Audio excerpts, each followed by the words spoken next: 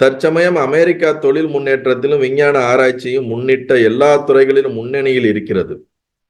அவ்வாறே ஆத்தியாத்ம தெளிவிலும் உயர்நிலை வருமா? சரி, அமெரிக்கா குரோயிங் ஆகிட்டே இருக்குது. ஃபினான்ஷியல்ல, டிஃபென்ஸ்ல, எக்கனாமிக்கல்ல, எல்லா விதமான இதுலயும் அவங்க குரோ ஆகிட்டே வராங்க. இதெல்லாம் என்ன 1930னா அப்போ குரோ ஆகிட்டே வராங்க. அதே மாதிரி இந்த ஸ்பிரிச்சுவாலிட்டின்னு சொல்லக்கூடிய அந்த ஃபீல்டுலையும் குரோ ஆகிட்டு வருவாங்களா அப்படிங்கிறது அவனுடைய கேள்வி. ஆத்தியாத்மகன்னு என்னது? ஆத்ம ஞானத்தை நோடி தேடிய தெளிவிலும் உயர்நிலை உருமா அப்படின்னு பகவானுடைய பதில். உற்சாகத்துடன் பாடுபடுவோருக்கு எதுவும் அரிதன்று.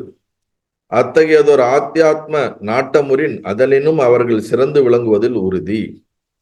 கண்டிப்பாக யார் ஒருவர் ஆத்ம ஞானம் வேணும்னு தேடுதலோட, அதுல விருப்பமோட, அதற்காக பாடுபட்டு உற்சாகத்தோட பாடுபட்டாங்கன்னா கண்டிப்பா அதுல உயர்ந்து நிற்பாங்க. அதுல மேல் நோக்கி வரத்தான் செய்வாங்க. அதுல மாற்று கருத்தே கிடையாது. ஆனா இது கேள்வி கேட்கப்பட்டது 1938ன்னு வச்சுக்கலாம். இன்னைக்கு 2024, ஆல்மோஸ்ட் 100 இயர்ஸ் 90 இயர்ஸை கிராஸ் ஆயிடுச்சு. ஆனா இப்ப நீங்க வெஸ்டர்ன் கண்ட்ரீஸ்ல பாத்தீங்கன்னா அவங்களுக்குள்ள இந்த ஆத்ம ஞானத்தை பத்தின ஒரு உத்வேகம் இருக்கா அப்படின்னு பாத்தீங்கன்னா கண்டிப்பா வெரி ரேர் பர்சன்டேஜ், ஒரு 5 to 10% இதை பத்தி என்னன்னு யோசிக்கலாமே தவிர 90 to 95% அவங்க அவுட்டர் வேர்ல்டு கம்ஃபர்ட்லயும் அவுட்டர் வேர்ல்டுல இன்னும் எந்த மாதிரியான விஷயங்களை அனுபவிக்கலாங்கிறதுக்கான ஒரு எக்ஸ்பான்ஷனை நோக்கி தான் இன்னும் போயிட்டு இருக்காங்களே தவிர இன்னர் பீஸையும் இன்னர் ரியலைசேஷனை நோக்கி அவங்க திரும்பவே கிடையாது. அப்ப அந்த இடத்துல நேச்சுரலாவே நமக்கு என்ன இருக்காது? ஸ்பிரிச்சுவல் குரோத்துங்கிறது வாய்ப்பு கம்மி.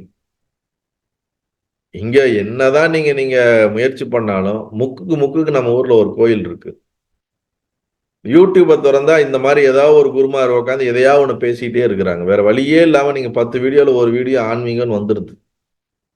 நம்மளுடைய வளர்ப்பு கோயில் அல்லது ஏதோ நம்மளுடைய சனாதன தர்மம் சார்ந்து கேட்க ஆரம்பிச்சோம். நம்ம சிறு வயதுல இருந்து பழக்க வழக்கம், நம்பிக்கை.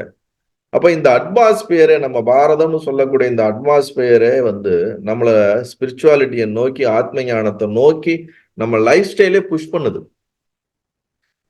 நம்ம லைஃப் ஸ்டைலே அதுக்கேற்ற மாதிரி டிசைன் பண்ணப்பட்டிருக்கு. அதனாலதான் இங்க இவ்வளவு தூரம் இந்த ரியலைசேஷனை நோக்கி, ஸ்பிரிச்சுவல் இந்த என்லைட்மெண்ட்டை நோக்கி இவ்வளவு டிஸ்கவரி நடந்துகிட்டே இருக்கு. அவன் வெளி உலகத்துல தேடினா சயின்டிஸ்டுகளா உருவாக்குறான். நம்ம ஆளுங்க உள்ளுலகத்துல தேடிக்கிட்டே இருந்தாங்க, பல ஞானிகளாக உருவாக்கினார். உள்ளுலகத்தை நோக்கி போய்கிட்டே இருந்துதான் பலாயிரக்கணக்கான வருஷங்களாக ரிஷிகள் எல்லாம் என்ன பண்ணிருக்காங்க? கண்டுபிடிச்சு நான் யாருங்கிறத கண்டுபிடிக்கிறதுக்கான வழிமுறைகளை இது பண்ணாங்க. அவன் வெளிநோக்கி ஓடிக்கிட்டே இருந்தான் வெஸ்டர்ன் கண்ட்ரிஸ். ஆனா அதுக்கு அவன் எக்ஸ்பர்ட்டா இருக்கிறான். அவன் எக்ஸ்ட்ரீமா அதுல நிறைய விஷயங்கள் கண்டுபிடிச்சிருக்கான். இன்னும் நம்ம நாட்டுல கண்டுபிடிக்காத பல விஷயங்களை அவன் வச்சிருக்கிறான். காரணம் அவன் வெளிநோக்கி ஓடுறான், நம்ம உள்நோக்கி ஓடுறோம். அவங்களும் உள்நோக்கி ஓடினாங்கன்னா ஒரு நாள் குரோ ஆவாங்க. ஆனா அதற்கு வாய்ப்பு இருக்கான்னா வாய்ப்பே கிடையாது.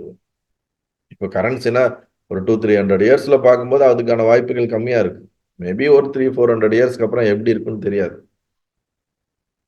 ஆனா இன்னைக்கு நம்மளுடைய இந்தியா கொஞ்சம் கொஞ்சமா என்ன பண்ணிருக்கு? இன்னர் வேர்ல்டு ஜேர்னியை விட்டுட்டு அவுட்டர் வேர்ல்டு ஜேர்னியை நோக்கி பயணிக்கிறோம். இன்னைக்கு நம்ம மக்கள்லாம் என்னது? வெஸ்டர்ன் கல்ச்சரை நோக்கி அதிகம் ஈர்க்கப்பட்டு அதனால் ஆசைப்பட்டு அதை நோக்கி பயணம் பண்ண ஆரம்பிக்கும் போது நேச்சுரலாவே நம்மளுடைய கல்ச்சரல் சிஸ்டம், நம்மளுடைய ஃபேமிலி சிஸ்டம், பல விதமான இந்த ஒரு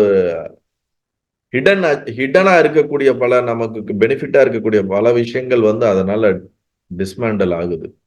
அது காலத்தின் கோலம் தவிர்க்க முடியாத ஒன்றாக இருக்கிறது. ஆனா அதனால ஸ்பிரிச்சுவாலிட்டி இல்லாம போயிடுமான்னா அப்படி ஒண்ணு கிடையவே கிடையாது. இது எப்பொழுதும் இருந்துகிட்டு தான் இருக்கும். இதோட தாக்கம் குறைய ஆரம்பிக்கிற மாதிரி தோன்றலாம், அவ்வளவுதான்.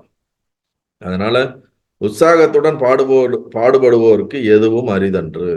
அதனால நீங்களும் உற்சாகத்தோட பாடுபடுங்க, முயற்சி பண்ணுங்க.